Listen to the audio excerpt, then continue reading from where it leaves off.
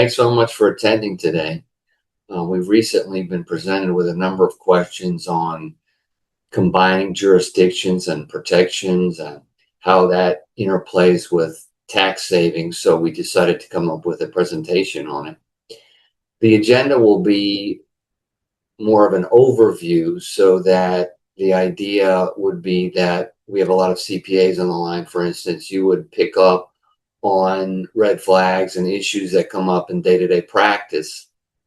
I want to understand how different states and countries offer different protections and vehicles, and how that interplays with a lot of the tax efficiencies. We'll do an overview, then we'll talk about traditional asset protection and veil piercing, LLCs, trusts, and then we'll talk about some of the tax considerations to the extent we have time. So we'll first talk about an overview of what we mean by asset protection, how we implement it, and why essentially all clients with significant wealth should have some type of asset protection combined with all their tax planning.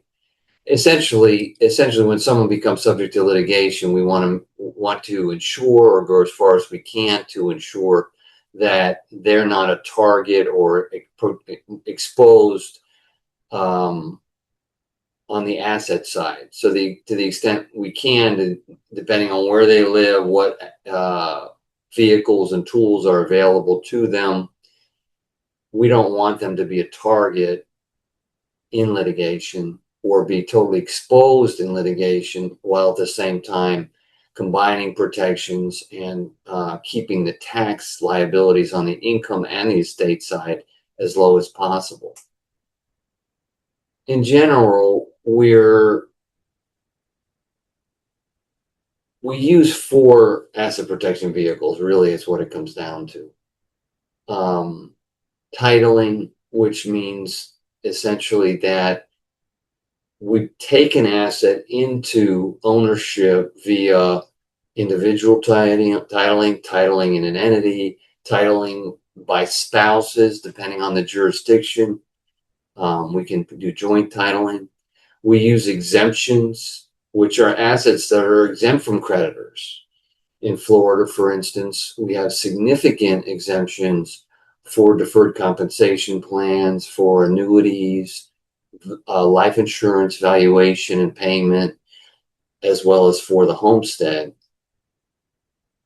That exemption topic is its own seminar, really. It becomes so varied and distinct depending on where someone lives and the exemptions available. We use trusts, which are essentially the oldest form of asset protection.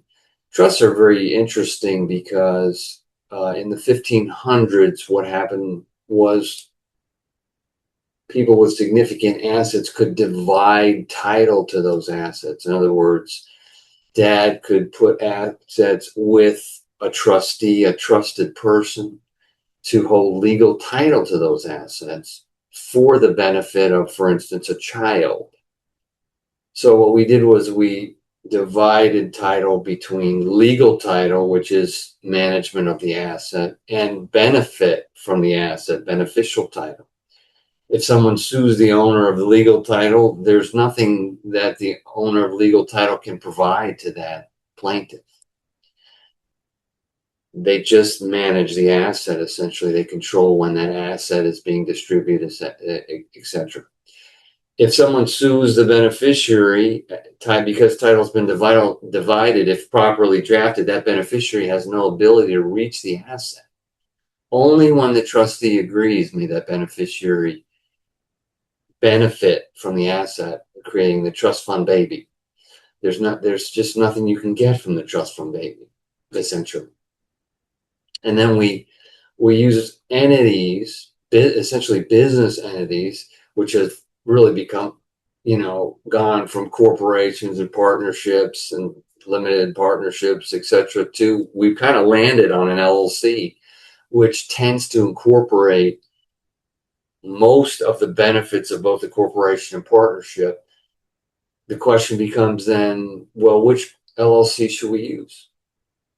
We look at the similarities and the distinctions, and then we combine all of these protections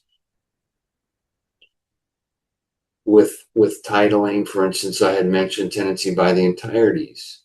Well, if you have a state that allows for tenancy by the entireties, Florida allows for both personal property and real estate to be held tenancy by the entireties, and actually has presumptions in certain cases.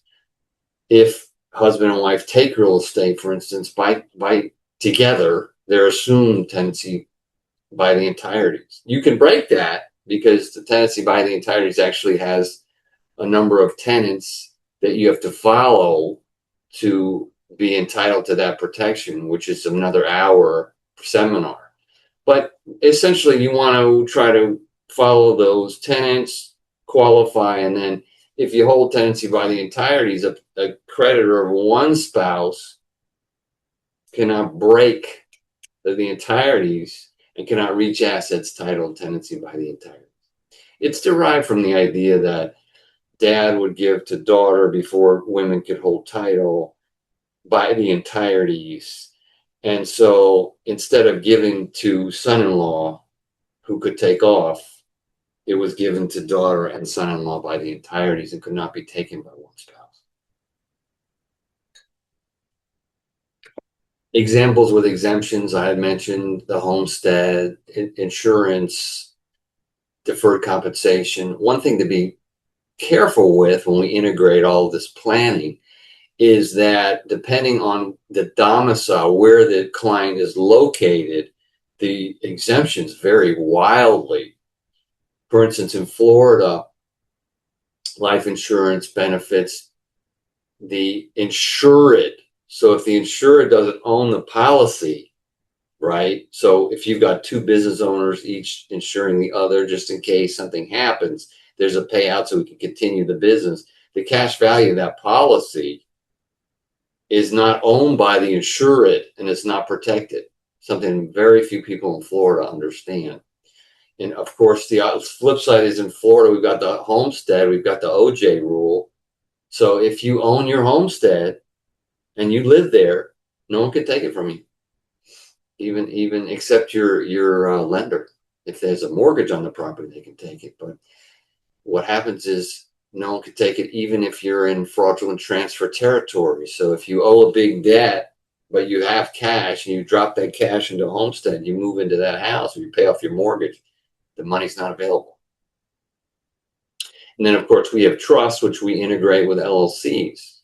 We have regular trusts for somebody else, which are very protective. And now we have trusts where we can protect ourselves. We create our own trust.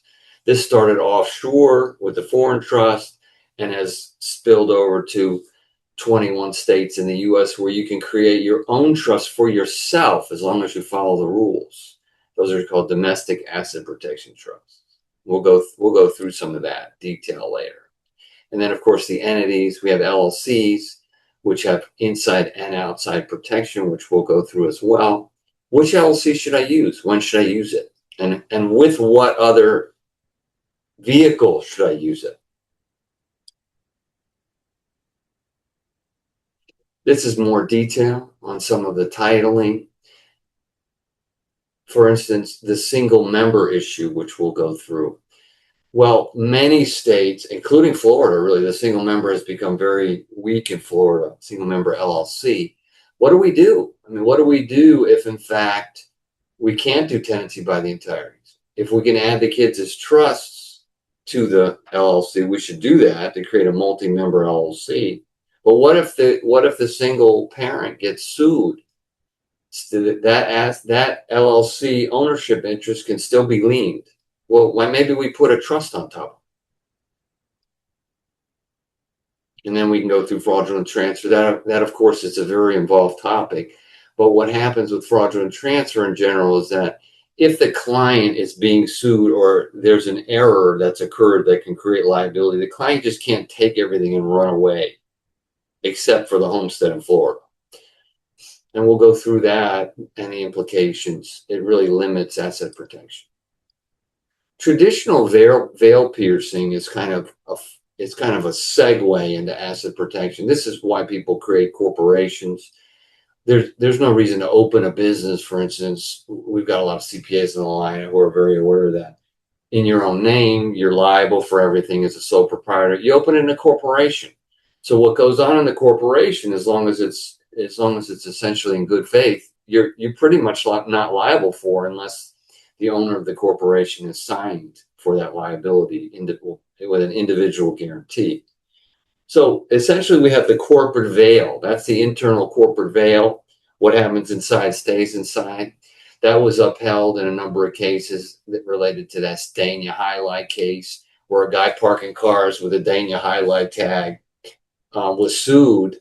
There was nothing in the valet entity, so they sued Dania highlight, but it was a separate entity, so they couldn't get anything. Separate entity, very, very strong in Florida.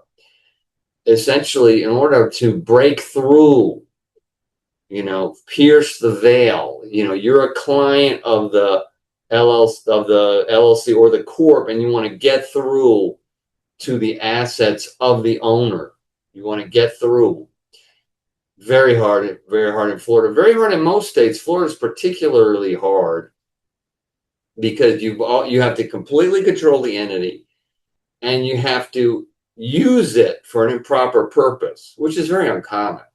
In other words, you've got to be that guy who's got complete control and uses the corporation as a piggy bank. It's what the CPA dreads. And you kind of don't respect the entity. That's not enough. That's not enough in Florida. Then you've got to use it to harm someone. And then that use has to create a definitive financial harm.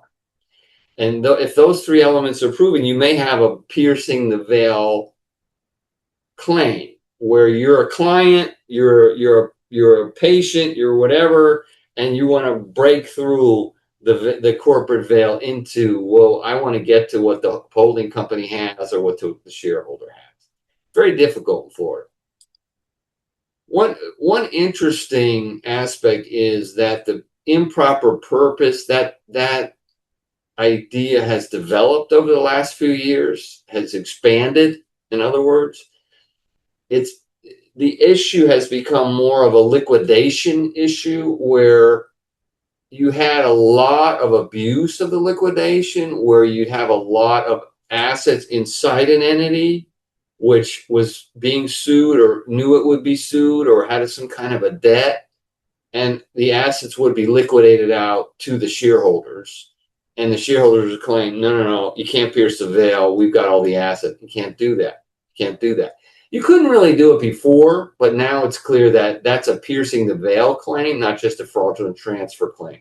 So the difference in terms of the piercing the veil and the fraudulent transfer claim was, well, if you had the assets inside the entity and you moved them out to the shareholder, knowing someone was going to sue the entity, that's a fraudulent transfer. The problem with fraudulent transfer was, although it may be somewhat easier to claim, there's no damages. You can just go get the cash, and it limits the litigators.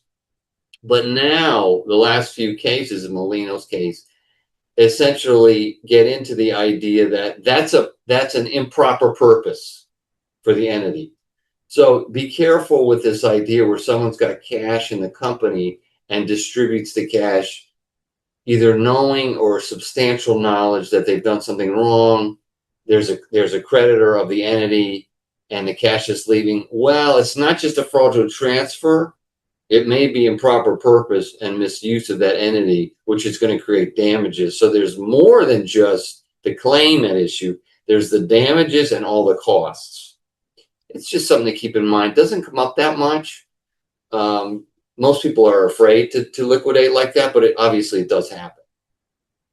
That's piercing the veil. That's getting through the corporate business to the owners. Reverse piercing the veil. Here's the fraudulent transfer claims that I had mentioned. Reverse piercing the veil, just so you keep it in the back of your mind, is we sue an owner and we want to get into the assets. Interesting, huh? That's become known as reverse piercing the veil.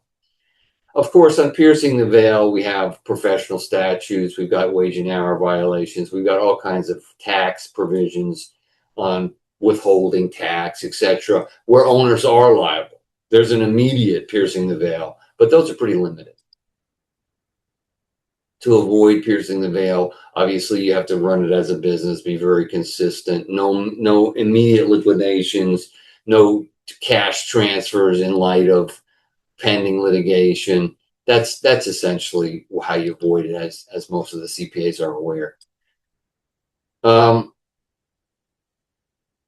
The next grouping is LLCs, and LLCs present an interesting internal and external protection not available by corporations. LLCs are more flexible. Obviously, you've got this options on the tax status to choose. You can be a sole proprietor, a partnership, a C Corp, or an S Corp.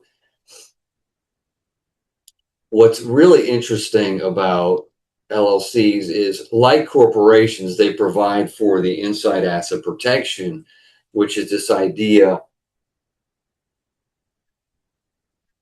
that what I do in the business, I'm not liable for unless I abuse it. The difference with the LLC is if an owner is sued, it's hard to get at the assets of the LLC. That's outside asset protection. You see? So you'd have to have what they call the reverse, I don't really like it, but the reverse pierce, where you sue an owner, you want to get into the assets of the entity. But LLCs don't allow for that. What happens if you sue a corporation? You sue a shareholder for stock in the corporation, totally exposed. Totally exposed. At some point very soon, the idea of creating a corporation, unless there's an idea of going public or something like this, some of the hedge funds like it, will be a malpractice issue, because you had the option to create an LLC, which would be protected as a multi-member. You created a corporation, which is not protected. It's available to creditors of the owners for no reason. It just doesn't make any sense. That's coming. That issue is definitely coming. Here's some of the background on LLCs. It was basically drawn from the old LLP, the limited liability partnership, or limited partnership statutes, where we had this outside asset protection and then combined the protections of the corporation, but you don't have annual minutes. Relax. It's much more relaxed. The drawback with it being much more relaxed is that you create your own rules. While you create your own rules under an operating agreement, it can be very customized, but people tend to skip the lawyer. It's very easy to make a mess of an operating agreement. What's happened in terms of choosing a jurisdiction, we're kind of into the combining of ideas here. We probably want to stay away from Florida, for instance, which limits the protection of the LLC. We want to move to a jurisdiction. Many jurisdictions at this point actually have said, well, even though the LLC has been compromised on the single member. So we had a number of bankruptcy cases that said, well, if you're a single member, the idea was that you were protected as a partnership. That's how we got the protection. It came from bankruptcy, a bankruptcy case. Hey, you've got multi-people. We're protecting your other partners from suits against one member. If there's no other partners, we're not going to protect you. The LLC statute did not say that. So bankruptcy came up with the idea, well, if you're a single owner, we're not going to protect your equity from a suit against an owner.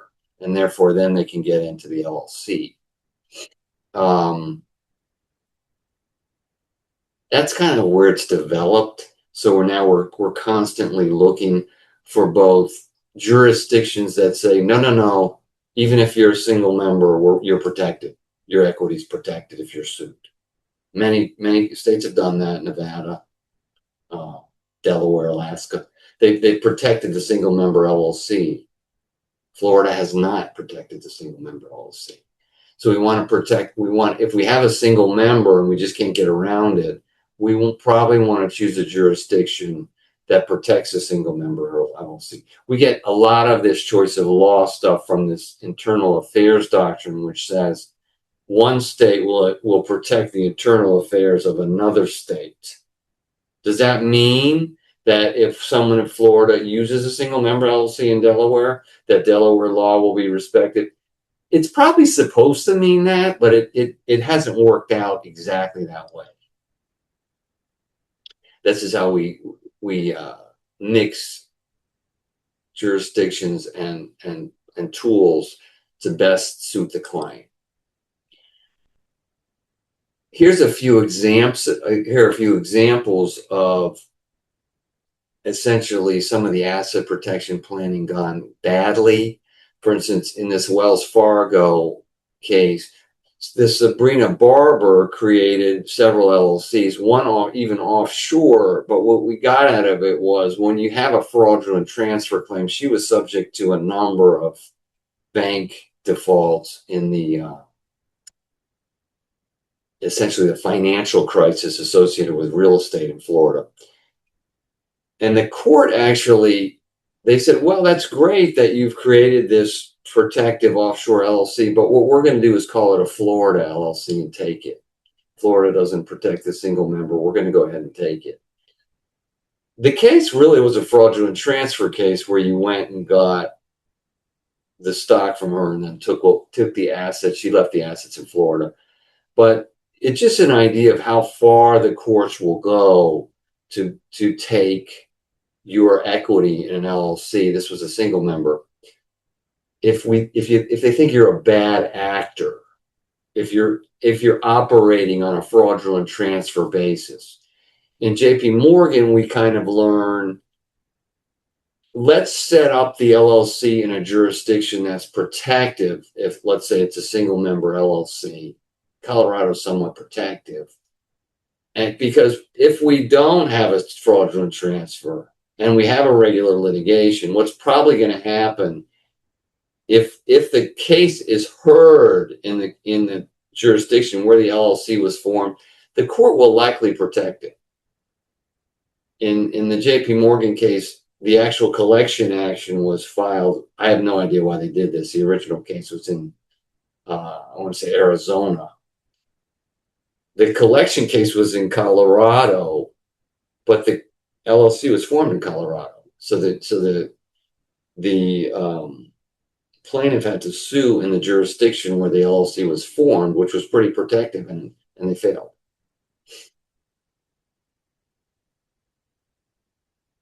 In the Shim case, we learned in Florida that although we had a case, the Sargent case, where there was a ruling and the plaintiff was going to take the LLC interest of the defendant, of the judgment,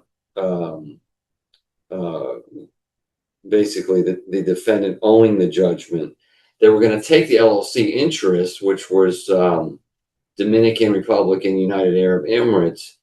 The defendant moved the shares, and the court said, no, you can't get to that LLC unless you get the shares. And the litigation bar went crazy. But why can't we take the LLC? This guy's going to keep moving these shares around.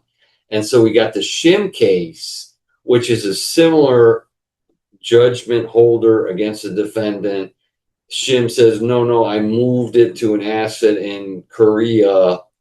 The judge says, I don't care where the stock, it was basically a CD in Korea is. You're going to give it up because you lost the case, or you're going into civil contempt of court. You go to jail unless you give it up. Guess what? They gave it up. No one wants to go to jail. And so that's where we are. The Florida Supreme Court upheld that. You can't do a fraudulent transfer out of the state or jurisdiction just because you move the stock certificate to another jurisdiction. No, you have to give it up. We have a number of cases like that where someone's in bank, especially in bankruptcy, we're just kind of a disaster for a defendant, where someone said, no, I don't control the asset. I am a beneficiary of a trust, or they move an asset away from the jurisdiction, the court will put them in jail. Funny enough, typically in that whole line of Lawrence cases, FTC, you see that Grant, the defendant rarely has to give up much of the asset, usually holds on to the asset. It's a different seminar, but it's a very interesting process where they try to collect offshore, etc. The Arroyos case is an idea where you had litigation in Maine, and some of the assets were in Alabama, but the LLC was in Delaware, and the court in Alabama said, I'm not going to rule on this. I'm not going to allow you to take this LLC that's formed in Delaware. You have to go to Delaware. Not sure why that happened, but it did happen. So in any case, you want to use a protective LLC if you can. In that case, it really paid off. I'm not sure if it's correct, but it worked. This goes back to the single member LLCs. Let's go through some of the cases. It's pretty interesting. We want to stay away from them in general in terms of blending protections and ideas. Tony, I don't have a clock, by the way, so I don't know. I'll go hours. So when we're half hour and 15 minutes left, let me know. So on the single member LLC, we generally want to stay away from them because of this line of cases in Delaware, and also Florida is poorly protects them. So we go to a jurisdiction that specifically protects them. It comes from this Albright case and the line of cases related to that, where the single member was essentially ignored and they took the assets of the LLC. Olmstead is the Florida case where they did the same. They were so broad with Olmstead that they had to rewrite the whole statute. But in rewriting it, they did not protect the single member LLC very much. Kirchie is super interesting. I haven't seen anything after Kirchie yet. I'm going to have to shepherdize that now. I want to take a look at that, actually. I don't think there's been another case. But this was an interesting, a very wealthy person created a family LLC in Delaware, funded hundreds of millions of dollars into that, defaulted on a debt anyway, said, nanny boo-boo, you can't get to anything. And the California court essentially said, no. We're going to go ahead and allow that plaintiff to crack into, or allow the trial court to permit that plaintiff, Kirchie, to crack into the Baldwin family partnership in light of the existing case law, and in light of the fact that Baldwin, it's not a tenancy by the entirety. It's a very large kind of Andromeda strain corporate structure, but at the top, Baldwin kind of maintained all powers in a similar to like a 99-1 limited other members format, which I have not seen expanded very much. But in California, I would not rely on a 99-1 format for your family LLC. I wouldn't do it in general. And we'll talk about how to add trust, etc. But that's kind of the crack in the shell of the family limited, where the founder is really controlling everything and owns almost everything. You have to avoid that. So what do? Well, the trusts for the kids are nice. I would give 5% at least to each trust for each kid, add them on. You can appoint the trustee. You have multi-member at that point for sure. Whether you can do tenancy by the entireties is going to depend on the jurisdiction for the founder block. Again, what I mean by that is the trust for the kids add members, then you have a multi-member. You don't have this single member disaster, but you can still lien an LLC. Whereas the corporation is just taken, you lose the corporation if you're sued. If you're sued as an owner of an LLC interest, your interest can be liened. It's called the charging lien. And any distributions out go to the lien holder. So we want to try to get away from the lien. Tenancy by the entireties allows you to get away from that charging order lien. So if you're a single owner, you're contributing to a family LLC, we may want to talk about what do we do if you're sued. It's not going to be a debacle where the whole LLC is lost because you're going to have trust for the kids in as other owners. But what about your interest? You don't want to be liened.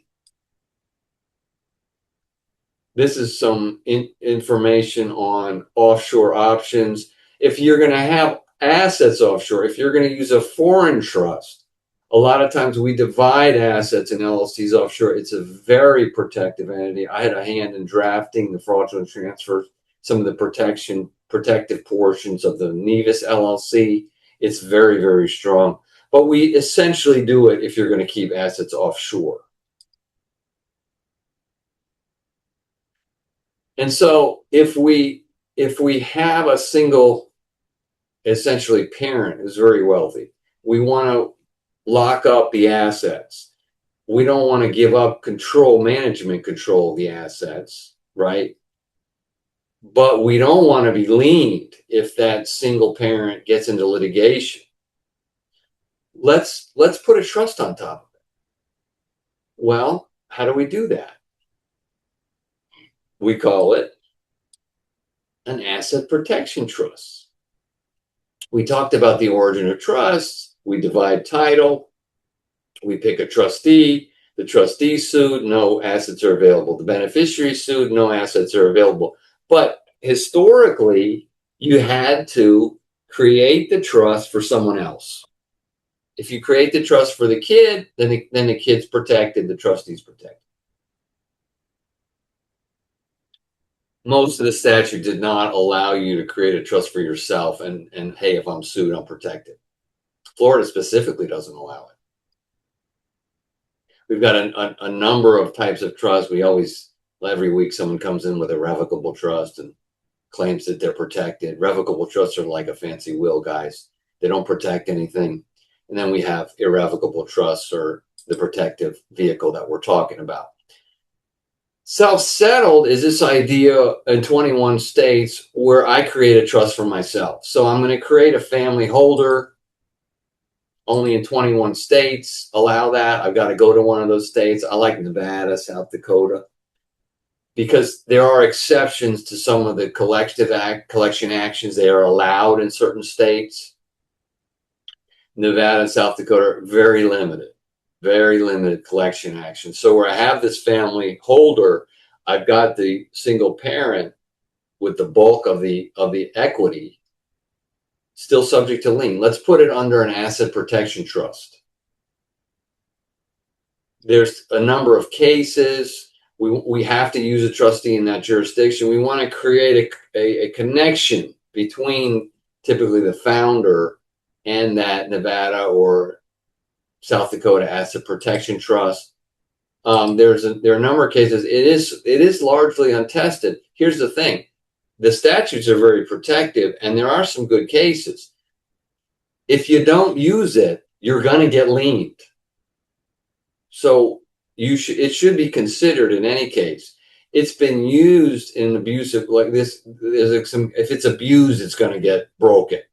In Uber, there was no connection to the trust, this Alaska trust by a developer. In Mortensen, it was a kind of a miscue where someone created one properly, from what I saw in the case, but went bankrupt. In both cases, people are going bankrupt. We don't want to go bankrupt if we have assets. If we go bankrupt, all the collection rules change and we become very exposed.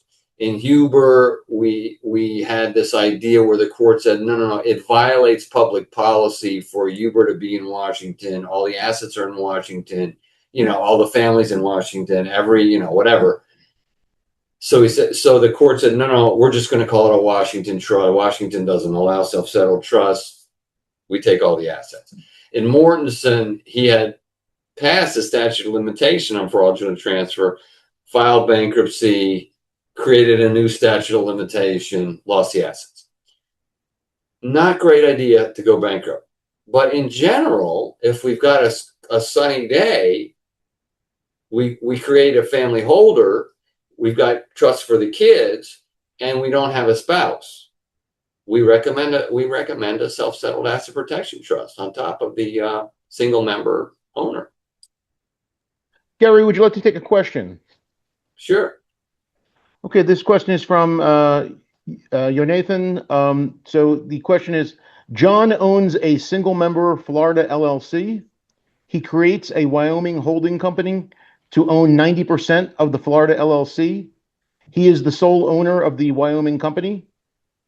Is the Florida LLC likely to be, is Florida likely to treat the Florida LLC as a genuine multi-member? So John owns a single member Florida LLC. He creates a Wyoming where the company owns 90%, and he's the sole owner of the Wyoming. And is Florida likely to treat that LLC that has that 90% ownership as a multi-member?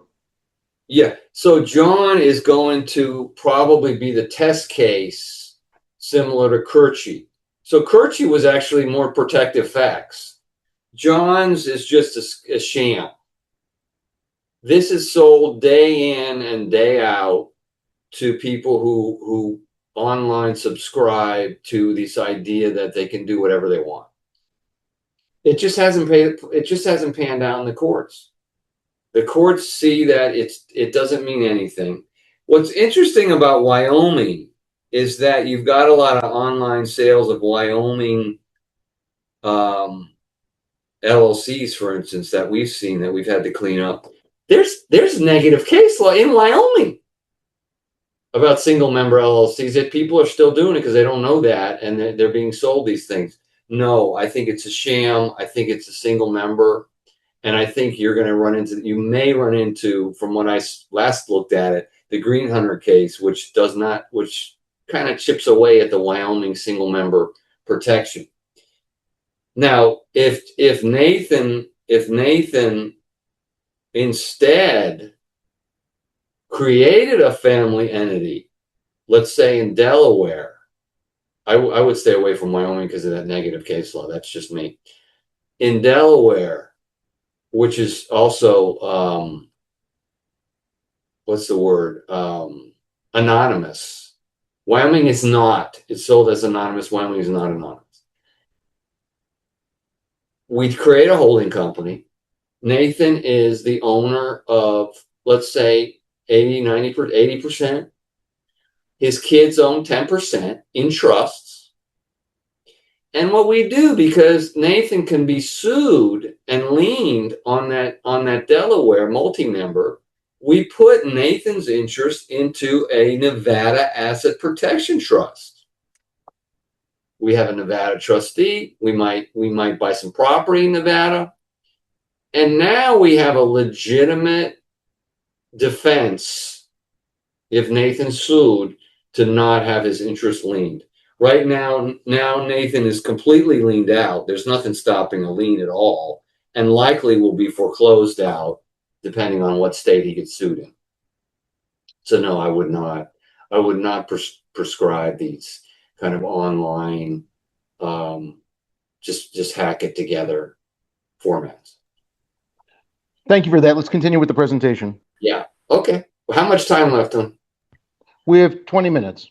Okay. Well, let's get through the rest. We also have some cases on the asset protection trust where both courts allowed them, and then there's also in certain states, you have a Tennessee, and this one, for instance, you've got affidavits and financials, technical requirements to form these self-settled trusts, which have to be followed. It's a weakness. If you miss it, you likely will be cracked open. Kilker, he badgered the court. They opened up his self-settled trust. It didn't seem to be a real legal basis to open it up. And then foreign versus domestic. We love foreign trusts really for offshore stuff. The problem with the domestic trust in general versus the foreign is you have the full faith and credit act. The full faith and credit clause of the U.S. Constitution says I can take a judgment in one state and I can collect in another state. We've actually defended, though, the Nevada trust against that, but it's a little bit of an exposure, which obviously doesn't exist offshore. Here's an old foreign trust chart. There's quite a bit of compliance. You've got the FATCA and FinCEN compliance on the tax side, on foreign asset protection trusts, on trusts and corporations and these entities in general. You can't treat the entity or the trust as your own. The trustee has to be consulted on any distribution. It has to be financial. It has to be treated as a separate entity. You can't run through these things as if they're your own. You have to follow the formalities. It can't be, here's the word, alter ego. It's just the guy. It's just him. There is no distinction. It's the trustee. The trustee has to make the decisions on distributions.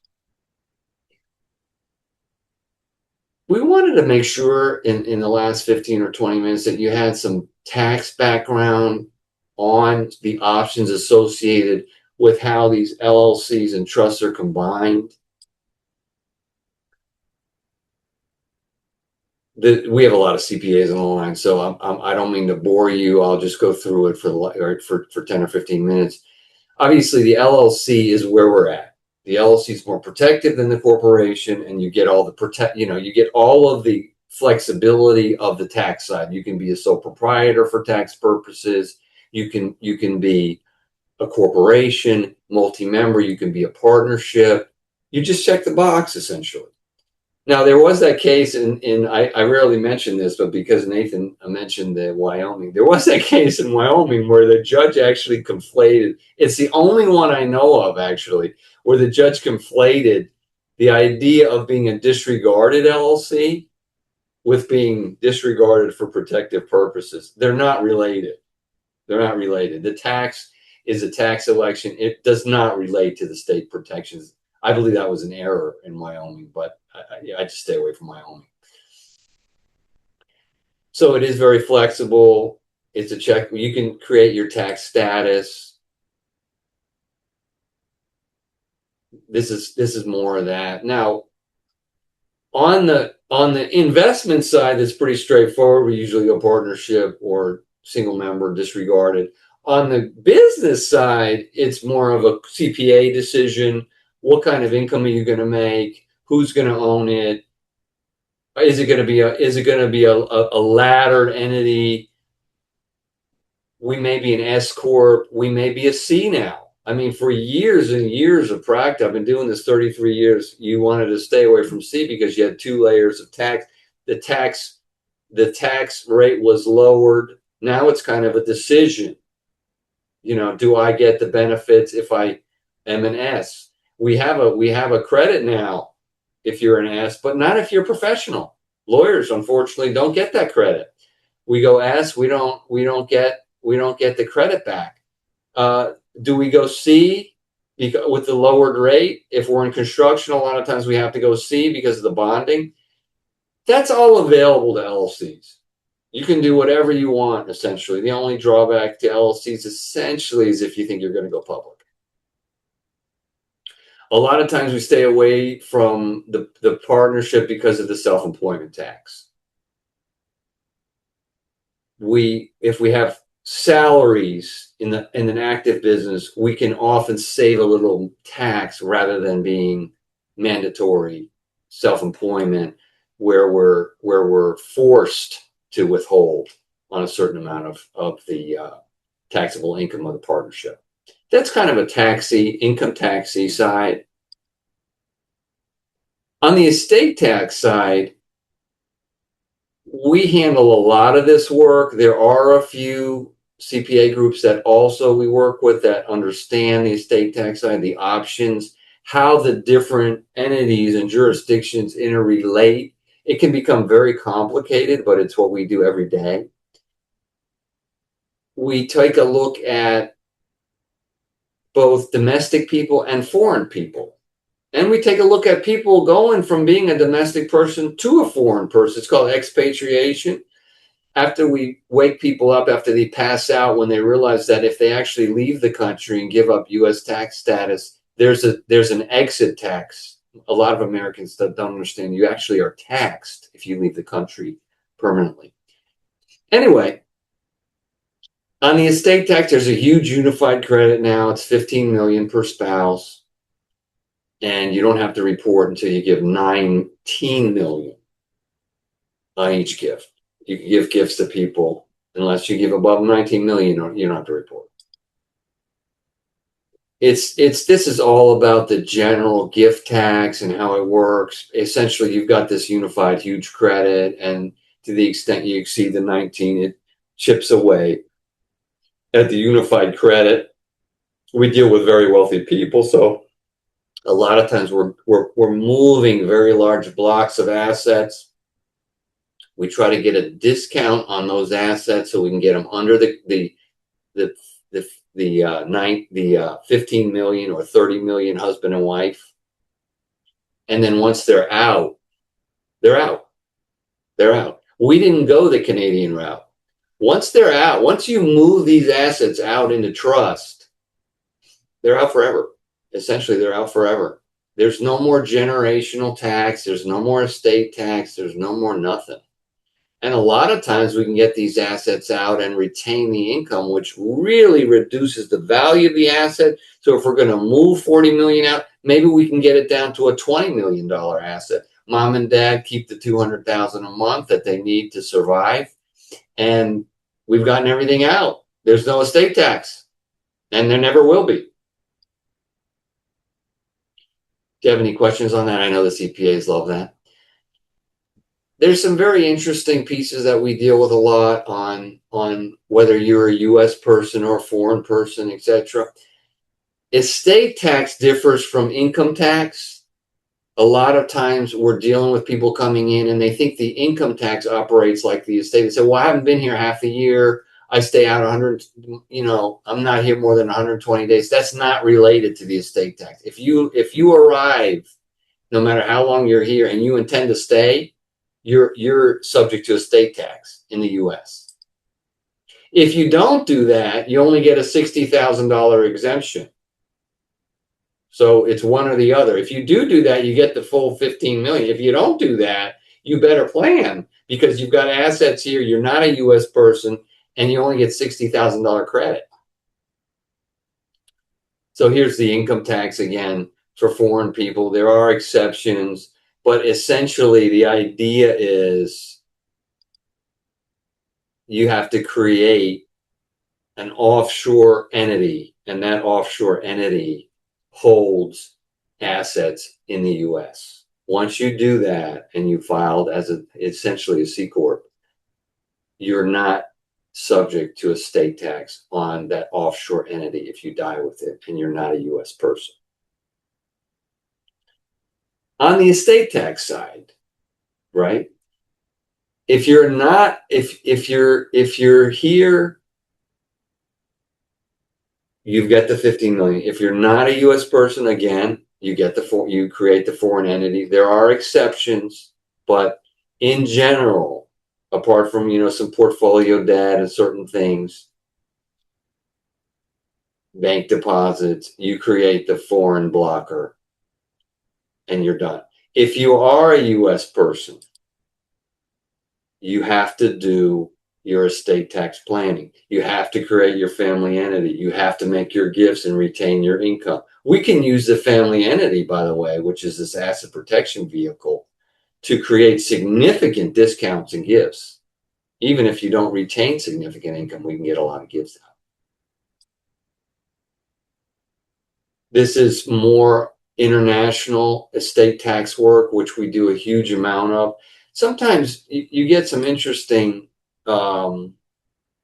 issues on the estate tax side for foreigners that are here temporarily. That's another red flag you should keep in mind. We can keep the assets out on the estate tax side, but they have to retain foreign domicile. They can even be a U.S. income tax resident and not an estate tax resident.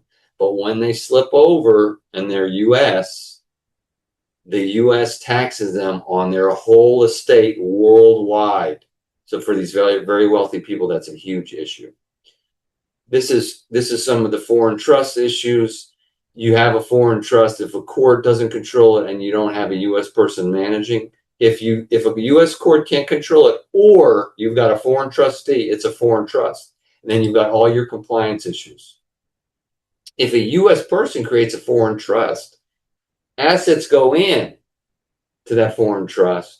It's a deemed sale. It's like expatriation of assets, unless there's a U.S. Benny. If there's a U.S. beneficiary, the deemed sale is held off until death. But let's be very, very careful. If that person dies and those assets are not part of the U.S. taxable estate, there's a deemed sale. So we'll often have to bring those assets back in. And that's this 684 issue, 679, 684.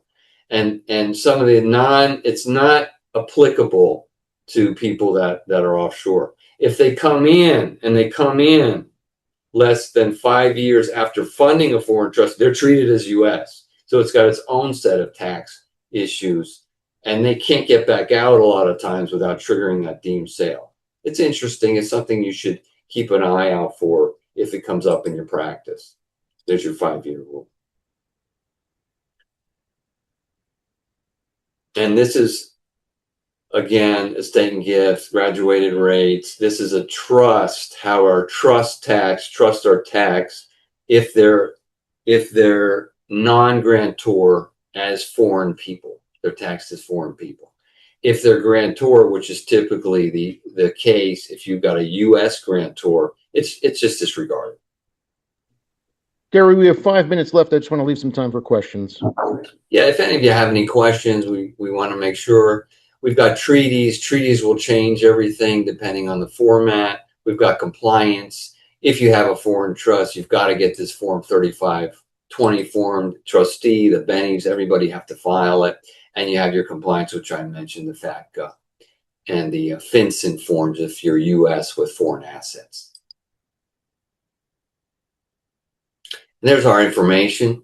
If you'd like my books on the issues, just let me know. We'll send you a hard copy of these books. If you'd like to contact me, all my information is there.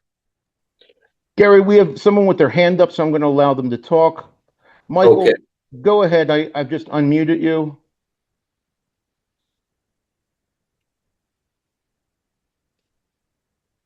Go ahead.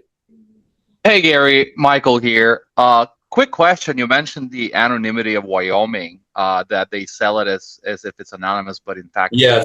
Can you please explain a little bit more about that? Yes, I can, because I keep seeing this.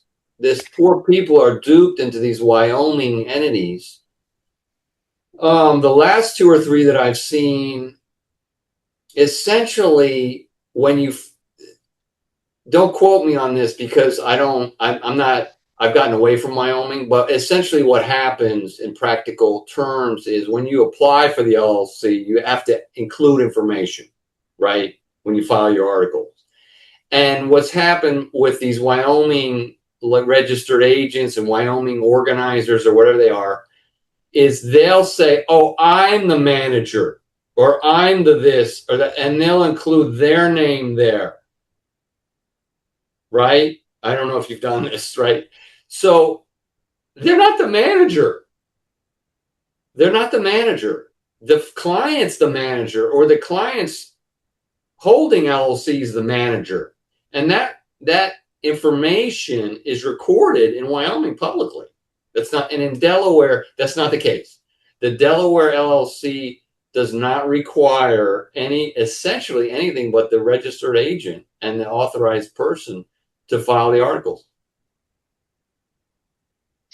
It's the only state. Does that help? Yes. Okay. Thank you. Thanks for attending.